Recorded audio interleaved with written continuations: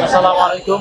বাংলাদেশ স্বতন্ত্র ইফতেদায়ী মাদ্রাসা এবং সরকারি প্রাথমিক বিদ্যালয় এদের জন্ম ছিল 1984 সাল এবং 94 সাল থেকে। যেহেতু একই পরিবর্তে আমাদের কার্যক্রমটা হওয়ার কথা ছিল, বেতন ভাতা হওয়ার কথা ছিল, সেখানে 2013 সালে 26,193টি প্রাইমারি জাতীয়করণ করা হয়, সরকারিকরণ করা হয়। এর প্রেক্ষিতে আমাদের স্বতন্ত্র ইফতেদায়ী মাদ্রাসায় একটিও জাতীয়করণ হয় নাই, এমনকি এমপিওকরণও করা হয় নাই। নামে মাত্র কিছু প্রতিষ্ঠানে অনুদান আছে, তাও ঠিকমতো প্রদান করছে না। তো আমরা সমগ্র বাংলাদেশের স্বতন্ত্র ইফতেদায়ী মাদ্রাসা অনুদানমুক্ত এবং অনুদানবিহীন বাংলাদেশ স্বতন্ত্র ইফতেদায়ী মাদ্রাসা আন্দোলন বাস্তবায়ন কমিটি এর পক্ষ থেকে আমরা আজকে 4র্থ দিনের মতো এখানে অবস্থান করছি।